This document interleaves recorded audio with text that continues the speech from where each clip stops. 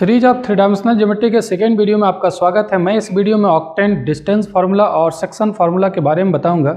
इस वीडियो के पहले मैं थ्री डायमेंशनल ज्योमेट्री पर एक वीडियो अपलोड कर चुका हूं। डिस्क्रिप्शन में उसका लिंक मिल जाएगा, आप वहां से उसको देख सकते हैं या ऊपर आ रहे आई बटन को भी प्रेस करके थ्री डायमेंशनल ज्योमेट्री के प्लेलिस्ट में जा सकते हैं। तो हाय फ्रेंड्स, आप देख रहे हैं यूट्यूब चैनल एमए क्लासेज। मैं हूँ सुनील कुमार। इस चैनल पर मैं मैथमेटिक्स का ही वीडियो लेकर के आता हूं। आप यदि मैथमेटिक्स अच्छी तरीके से सीखना चाहते हैं तो मेरे चैनल को जरूर सब्सक्राइब कर लीजिए और बेल आइकॉन को भी ऑन कर लीजिए ताकि लेटेस्ट वीडियो का अपडेट आपको मिलते रहे। यदि वीडियो पसंद आता है तो अपने फ्रेंड्स के साथ जरूर शेयर कीजिएगा, लाइक कीजिएगा और कमेंट करके अपना फीडबैक जरूर दीजिएगा। तो चलिए शुरू करते हैं इस वीडियो को। मेरे चैनल के वीडियो देखने के लिए आप एमए क्लासेज को क्लिक करें। एमए क्लासेज को क्लिक करने के साथ होम पेज खुल जाएगा। होम पेज में आप प्लेलिस्ट में जाएँ। प्लेलिस्ट में आपको डिफरेंट टॉपिक्स का वीडियोज़ मिल जाएगा। आप जिस टॉपिक के वीडियो देखना चाहते हैं उस पर क्लिक करें। जैसे आप सिंप्लेक्स मेथड का वीडियो देखना चाहते हैं उस पर क्लिक करें। अब सिंप्लेक्स मेथड पर जो भी वीडियो यहाँ आपके सामने आ जाएगा आप उसको देख सकते हैं। फर्स्ट वीडियो में मैं बताया हूँ कि अगर 3D स्पेस में कोई भी पॉइंट लेते हैं तो उसका कोऑर्डिनेट कैसे निकाला जाता है। जैसे यहाँ पर जरा देखिए, मैं थोड़ा सा उसको डिस्कस कर रहा हूँ कि ये 3 डायमेंशनल स्पेस हम लोग यहाँ पर कंसिडर कर रहे हैं। वहाँ पर एक एक्स एक्सिस ले रहे हैं OX, और ये Y एक्सिस है, ये Z एक्सिस है, ये ओरिजिन हो गया।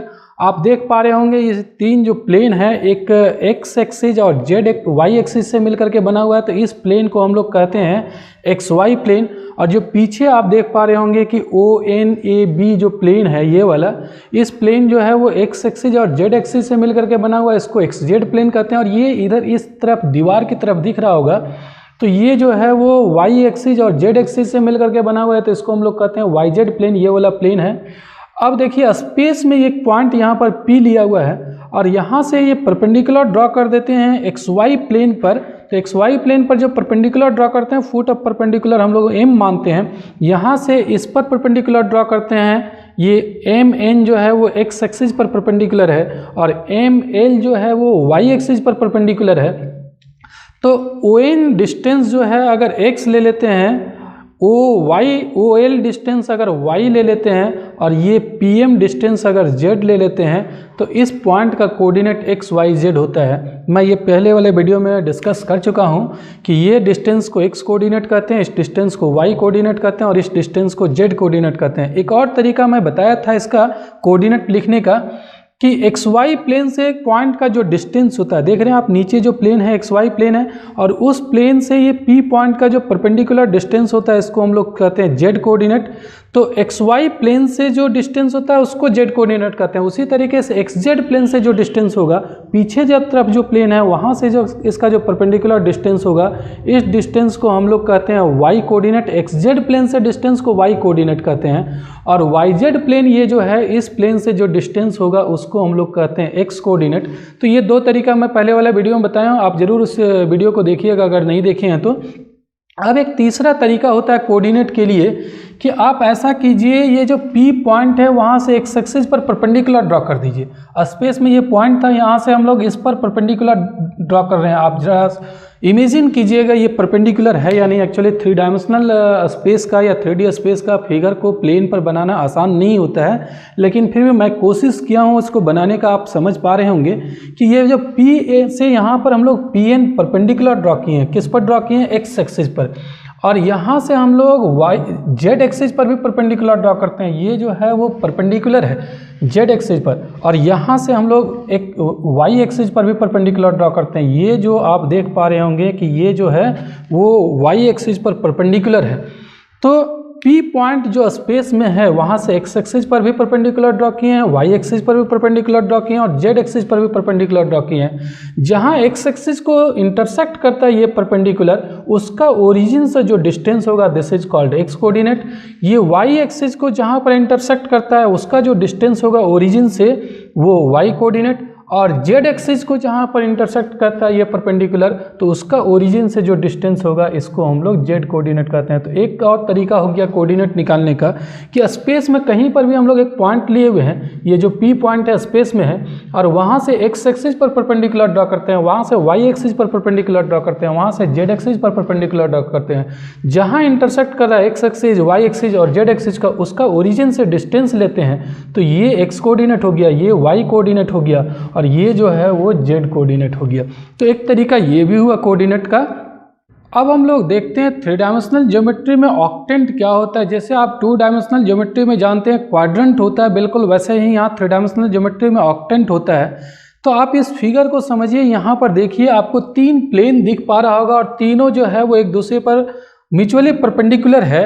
और यहाँ पर तीन एक्सिस है, ये एक्स एक्सिस हो गया, एक्स एक्सिस का यहाँ पर ये ओरिजिन है, ये पॉजिटिव डायरेक्शन है और ये नेगेटिव डायरेक्शन है। ये वाई एक्सिस का पॉजिटिव डायरेक्शन है और ये नेगेटिव डायरेक्शन है। और ये जेड एक्सिस का पॉजिटिव डायरेक्शन है और ये नेगेटिव डायरेक्शन है। और तीन कोऑर्डिनेट प्लेन आपको दिख रहा होगा। ये जो आपको प्लेन दिख पा रहा है सामने से, ये कौन सा प्लेन है? एक्स एक्सिस और वाई एक्सिस से मिलकर के बना हुआ है, एक्स वाई प्लेन हो गया। ये जो प्लेन आपको दिख रहा होगा, ये जो प्लेन है वो बना हुआ है वाई एक्स एक्सिस से और जेड एक्सिस से, तो ये एक्स जेड प्लेन हो गया। एक ये प्लेन आपको दिख पा रहा होगा, तो ये जो है वो बना हुआ है जेड एक्सिस से और वाई एक्सिस से, तो ये वाई जेड प्लेन है।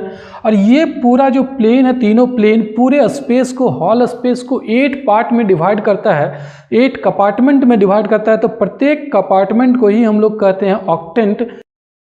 जैसे आप इस फिगर को देखिए, यहाँ पर आपको ये घुमा करके मैं दिखा रहा हूँ, तो ये आपको जो दिख पा रहा होगा ये क्या है? ऑक्टेंट है। आप देख पा रहे होंगे कि ये तीनों जो परपेंडिकुलर प्लेन है, कोऑर्डिनेट प्लेन्स, वो तीनों पूरे स्पेस को 8 इक्वल पार्ट्स में, 8 कंपार्टमेंट में डिवाइड करता है। तो प्रत्येक कंपार्टमेंट को हम लोग कहते हैं ऑक्टेंट। तो ये जो प्रत्येक कंपार्टमेंट है, इस प्रत्येक कंपार्टमेंट को ही हम लोग ऑक्टेंट कहते हैं। यहाँ पर ये जो फर्स्ट पार्ट दिख रहा होगा ये ऊपर में, तो ये फर्स्ट कंपार्टमेंट हो गया, ओ एक्स ओ वाई और ओ जेड से मिलकर के बना हुआ, ओ एक्स वाई जेड कहते हैं। तो फर्स्ट कंपार्टमेंट के जो ऊपर है उसके जस्ट नीचे भी एक कंपार्टमेंट बनेगा, एक जस्ट उसके पीछे भी एक बन रहा है और ये इसके पीछे बन रहा है। यहाँ पर भी आप यहाँ पर देख पा रहे होंगे कि ऊपर में बन रहा है, एक उसके जस्ट पीछे, एक नीचे बन रहा है और एक जस्ट उसके पीछे बन रहा है। तो ये टोटल 8 कंपार्टमेंट है। तो 3 mutually perpendicular coordinate planes divide the whole space into 8 compartment. जो 3 म्यूचुअली परपेंडिकुलर प्लेन होता है, कोऑर्डिनेट प्लेन, वो पूरे स्पेस को 8 कंपार्टमेंट में डिवाइड करता है, नोन एज ऑक्टेंट। प्रत्येक कंपार्टमेंट को ऑक्टेंट कहते हैं। The octant having O X O Y and O Z as its axes is denoted by O X Y Z. एक कंपार्टमेंट ऐसा होगा जिसका किनारा जो होगा, एज होगा, ओ एक्स ओ वाई और ओ जेड होगा, उसको ओ एक्स वाई जेड कहते हैं। जो मैं यहाँ पर अभी बता रहा था कि ऊपर कंपार्टमेंट आपको जो दिख रहा है ये ओ एक्स से ओ वाई और ओ जेड उसका किनारा है, एज है, तो उसको O X Y Z compartment कहेंगे। उसी तरीके से और भी कंपार्टमेंट बन जाएगा, O X dash Y Z, O X Y dash Z, O X Y Z dash etcetera. इस तरीके से टोटल 8 कंपार्टमेंट बनेगा। तो अब प्रत्येक कंपार्टमेंट में कोऑर्डिनेट का साइन क्या होगा इसके बारे में हम लोग देखते हैं। जैसे आप 2D में जानते हैं कि जो कोऑर्डिनेट एक्सिस होता है, एक्स एक्सिस होता है और वाई एक्सिस होता है, इधर होता है नेगेटिव डायरेक्शन एक्स डैश और इसको वाई डैश कहते हैं। तो आप जरा देखिए, ये जो फर्स्ट क्वाड्रेंट कहलाता है, फर्स्ट क्वाड्रेंट में दोनों कोऑर्डिनेट पॉजिटिव होता है। ये जो फर्स्ट क्वाड्रेंट है वो एक्स वाई, यहाँ पर दोनों पॉजिटिव होता है। और ये जो सेकेंड है, इस सेकेंड को आप कह सकते हैं कि ओ एक्स डैश वाई है। कैसे लिख रहे हैं? ओ एक्स डैश और वाई है, तो इसमें नेगेटिव होता है और पॉजिटिव होता है कोऑर्डिनेट का साइन। और ये जो क्वाड्रेंट बन रहा है, ये क्वाड्रेंट होता है ओ एक्स डैश वाई डैश। यहाँ पर कैसा होता है? दोनों कोऑर्डिनेट नेगेटिव होता है और यहाँ जो होता है ओ एक्स वाई डैश कह सकते हैं, तो यहाँ पर पॉजिटिव नेगेटिव होता है। तो कैसे हम लोग लिख रहे हैं क्वाड्रेंट को? एक बार दोनों में से किसी में भी डैश नहीं दिए हैं, एक्स वाई में से। एक बार एक्स में डैश दिए हैं, वाई में नहीं दिए हैं। एक बार वाई में डैश दिए हैं, एक्स में नहीं दिए हैं। और एक बार दोनों में डैश दे दिए हैं। अब देखिए, अगर डैश नहीं है तो वो पॉजिटिव है और जिसमें डैश है उसका कोऑर्डिनेट नेगेटिव है। एक्स में डैश है तो ये नेगेटिव है, वाई में डैश नहीं है तो पॉजिटिव। यहाँ दोनों में डैश है तो दोनों नेगेटिव है। यहाँ पर एक में डैश नहीं है और एक में डैश है, एक्स में नहीं है तो ये पॉजिटिव और जिसमें डैश है उसमें नेगेटिव। तो कोऑर्डिनेट बनाने के लिए, क्वाड्रेंट बनाने के लिए क्या करते हैं? क्वाड्रेंट बनाने के लिए हम लोग एक बार एक्स वाई दोनों लिखते हैं, फिर एक बार एक्स में डैश देते हैं, एक बार वाई में डैश देते हैं और एक बार दोनों में डैश देते हैं। तो कुछ ऐसा ही यहाँ पर ऑक्टेंट बनेगा। आप ऐसा कीजिए कि ऑक्टेंट बनाने के लिए आप तीनों में से किसी में भी डैश मत दीजिए। एक बार एक्स में दीजिए, एक बार वाई में दीजिए, एक बार जेड में दीजिए। अब एक बार एक्स और वाई में दीजिए, एक बार एक्स और जेड में दीजिए, एक बार वाई और जेड में दीजिए और एक बार तीनों में दे दीजिए। तो ये 8 ऑक्टेंट हो गया। तो ये प्रत्येक ऑक्टेंट में क्या कोऑर्डिनेट का साइन होगा इसमें आप देख रहे होंगे इस ऑक्टेंट में किसी में भी एक्स वाई जेड में किसी में भी डैश नहीं है। अगर डैश नहीं रहता है तो वो पॉजिटिव कोऑर्डिनेट होता है। यहाँ पर भी पॉजिटिव होगा, यहाँ भी पॉजिटिव होगा, यहाँ भी पॉजिटिव होगा। आप जैसे यहाँ पर क्वाड्रेंट में देख पा रहे होंगे कि डैश अगर नहीं है तो दोनों में पॉजिटिव है, एक्स और वाई दोनों। जिसमें डैश रहता है वो नेगेटिव होता है। क्यों होता है? क्योंकि अगर डैश नहीं है तो वो पॉजिटिव डायरेक्शन होता है और अगर डैश है तो वो नेगेटिव डायरेक्शन होता है। इसीलिए डैश जिधर रहेगा उधर नेगेटिव डाल देंगे। यहाँ पर आप देखिए इसमें x में डैश है तो x कोऑर्डिनेट नेगेटिव होगा और y और z में डैश नहीं है तो ये पॉजिटिव होगा। और इसमें आप देखिए y में डैश है तो y नेगेटिव होगा और x और z में नहीं है तो ये दोनों पॉजिटिव होगा। इसमें z में डैश है तो ये नेगेटिव होगा और x और y में डैश नहीं है तो ये पॉजिटिव हो जाएगा। यहाँ पर x और y में डैश है तो x और y दोनों नेगेटिव होगा, ये पॉजिटिव होगा, z में डैश नहीं है। उसी तरीके से x में डैश है ये नेगेटिव, z में डैश है ये नेगेटिव, y में डैश नहीं है पॉजिटिव। इसमें x में डैश नहीं है ये पॉजिटिव, y और z में डैश है तो ये नेगेटिव हो जाएगा।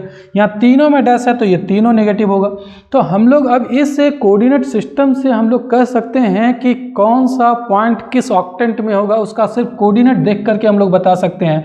मान लीजिए अगर किसी पॉइंट का कोऑर्डिनेट 2, -3, -5 है तो आपको लिखना कैसे है? पहले O लिखिए और 2 जो है वो पॉजिटिव है तो x लिखिए, y जो है वो नेगेटिव है तो y डैश लिख दीजिए और z भी नेगेटिव है तो z डैश लिख दीजिए।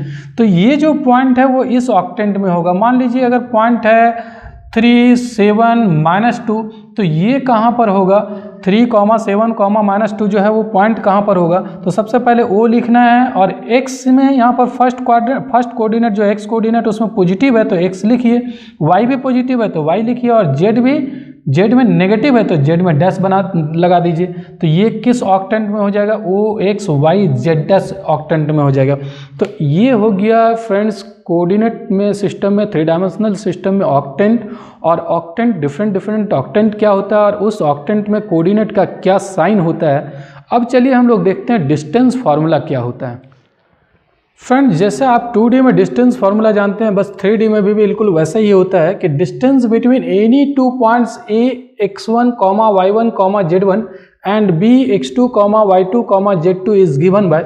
कोई भी 2 पॉइंट हम लोग ले रहे हैं और दोनों के बीच का अगर डिस्टेंस निकालना हो, अगर इसका कोऑर्डिनेट दिया हुआ है तो डिस्टेंस कैसे 3D में निकालते हैं जैसे 2D में निकालते वही काम करेंगे कि AB जो डिस्टेंस होगा वो √* x2 - x1 to the power 2 plus y2 - y1 to the power 2 plus z2 - z1 to the power 2 होगा।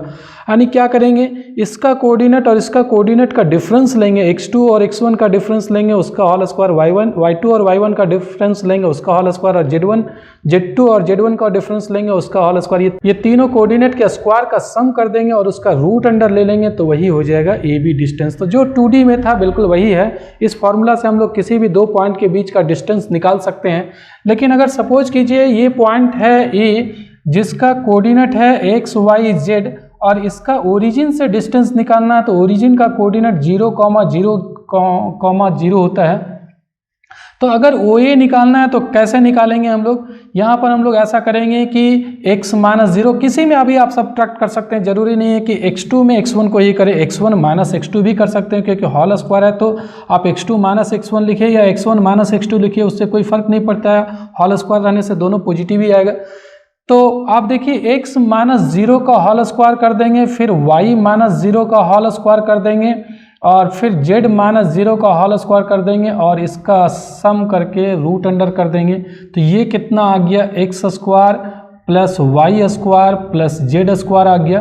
तो अगर किसी पॉइंट जिसका कोऑर्डिनेट XYZ अगर उसका ओरिजिन से डिस्टेंस निकालना है तो ये तीनों कोऑर्डिनेट के स्क्वायर का सम कर देंगे, उसका √* कर देंगे तो ये ओरिजिन से डिस्टेंस निकल जाएगा।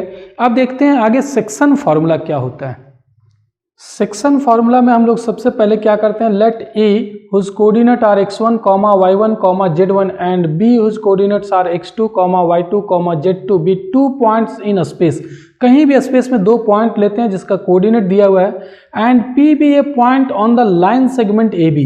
जैसे आप देखिए यहाँ पर एक पॉइंट ले रहे हैं और यहाँ पर एक पॉइंट ले रहे हैं, ये दोनों स्पेस में है। मैं फिगर बना रहा हूँ प्लेन पर, तो ये प्लेन पर ये पॉइंट दिया हुआ है लेकिन ये स्पेस में कहीं पर भी हो सकता है। जैसे एक पॉइंट यहाँ है, दूसरा पॉइंट यहाँ ऐसा हो सकता है, कहीं पर भी हो सकता है। तो जिसका कोऑर्डिनेट दिया हुआ है, A का कोऑर्डिनेट x1, y1, z1 है और B का कोऑर्डिनेट x2, y2, z2 है और P पॉइंट ऐसा पॉइंट है लाइन सेगमेंट ए बी पर जो इसको डिवाइड कर रहा है m:n रेशियो में, ये m:n रेशियो में डिवाइड कर रहा है, इंटरनली डिवाइड कर रहा है।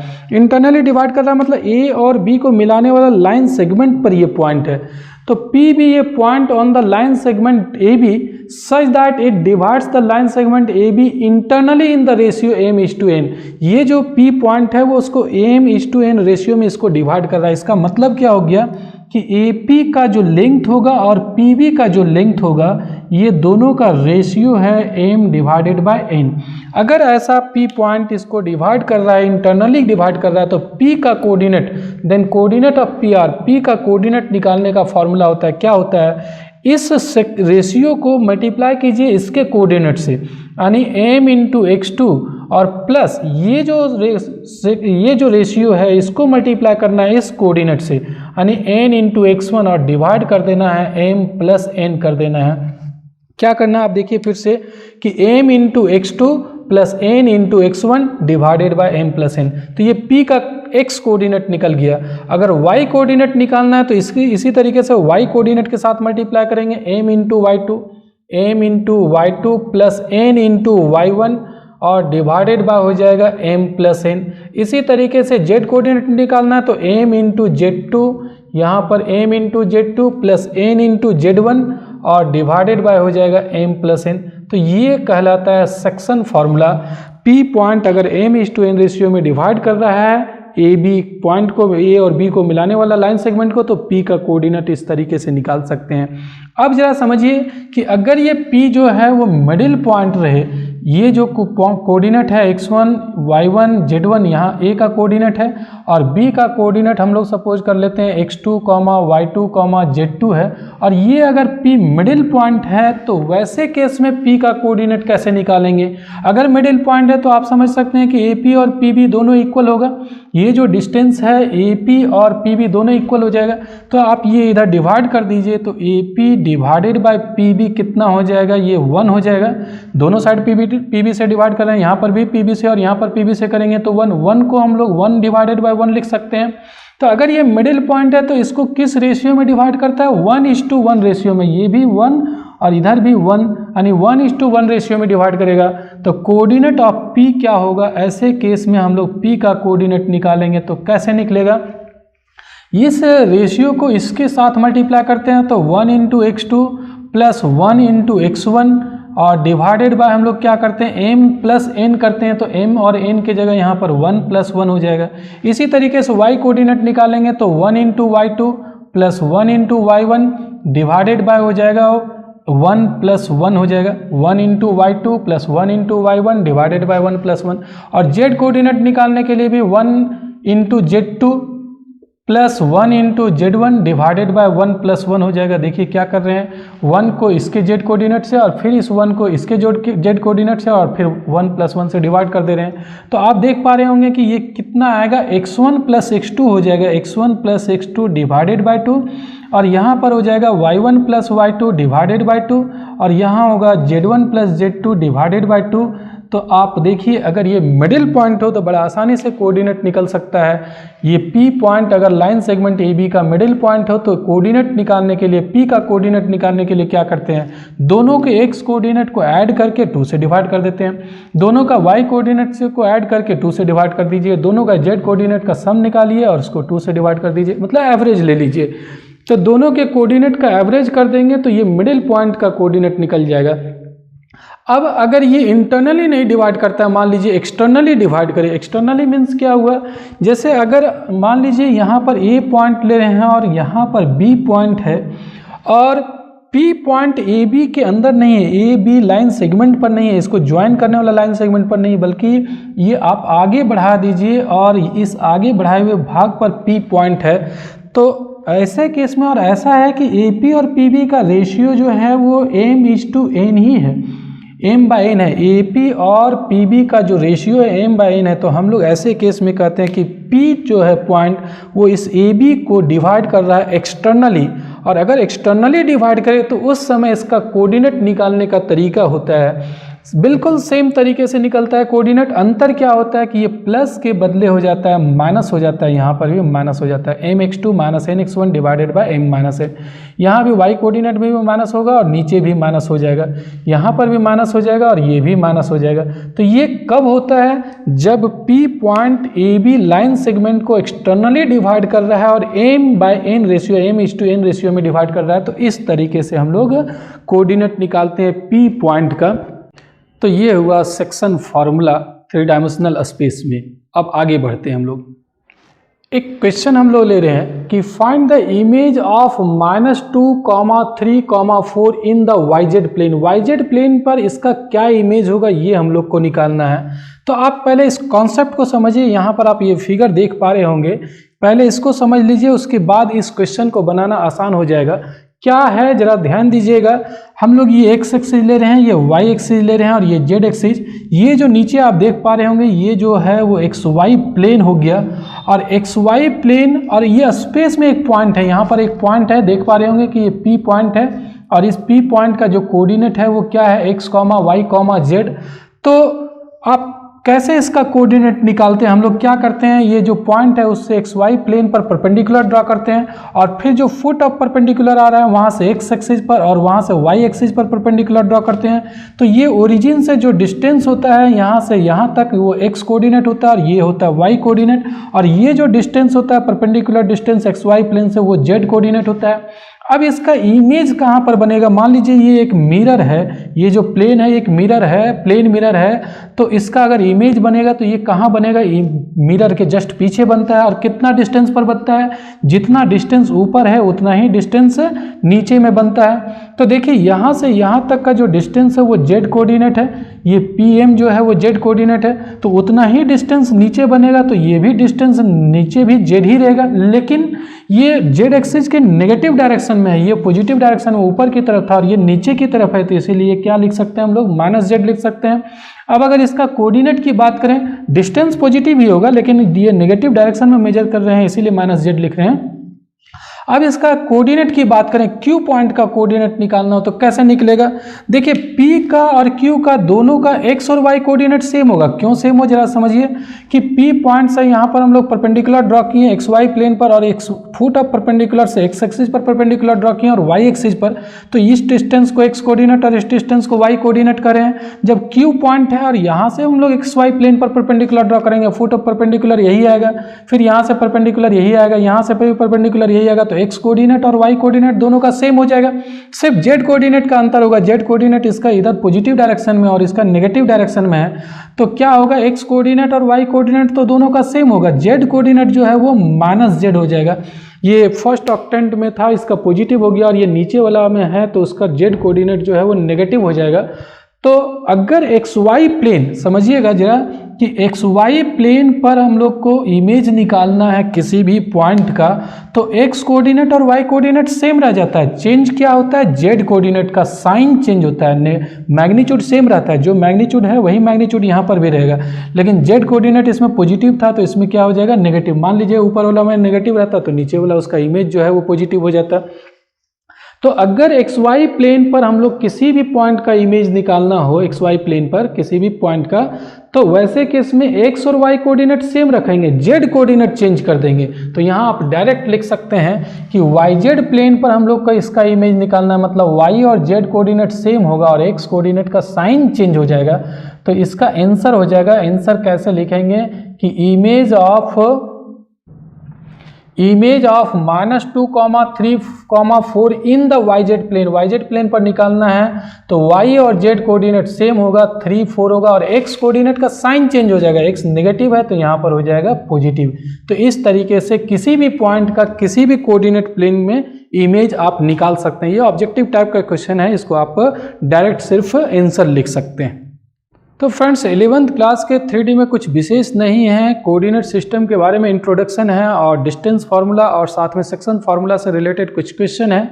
आप अपने बुक में क्वेश्चन को देख सकते हैं, उसको सॉल्व कर सकते हैं। आप जो 2D में बनाए हैं डिस्टेंस फार्मूला और सेक्शन फार्मूला, तो उसी टाइप का यहाँ पर भी कुछ रिजल्ट है, आप उसको खुद ट्राई कर सकते हैं। मैं 12 का जो सिलेबस है 3 डायमेंशनल ज्योमेट्री में, मैं नेक्स्ट वीडियो में वहाँ से स्टार्ट करूँगा। यानी कि सबसे पहले मैं डायरेक्शन रेशियोज और डायरेक्शन कोसाइन बताऊँगा लाइन का। तो थर्ड वीडियो से स्टार्ट होगा 12 का। ये शुरू में इंट्रोडक्शन के लिए मैं 2 वीडियो बना दिया हूँ 11th क्लास के लिए। अब फिर मैं नेक्स्ट वीडियो में 12 का स्टार्ट करूँगा। ये वीडियो आपको कैसा लगा? यदि पसंद आ रहा है तो आप ज़रूर कमेंट करके अपना फीडबैक दें और फ्रेंड्स के साथ शेयर करें, ज़्यादा से ज़्यादा लोगों तक पहुँचाएँ इस वीडियो को। और अगर आपको ये वीडियो अच्छा लग रहा है तो ज़रूर लाइक भी करें। इस वीडियो को देखने के लिए बहुत बहुत धन्यवाद। मिलते हैं नेक्स्ट वीडियो में नए टॉपिक के साथ।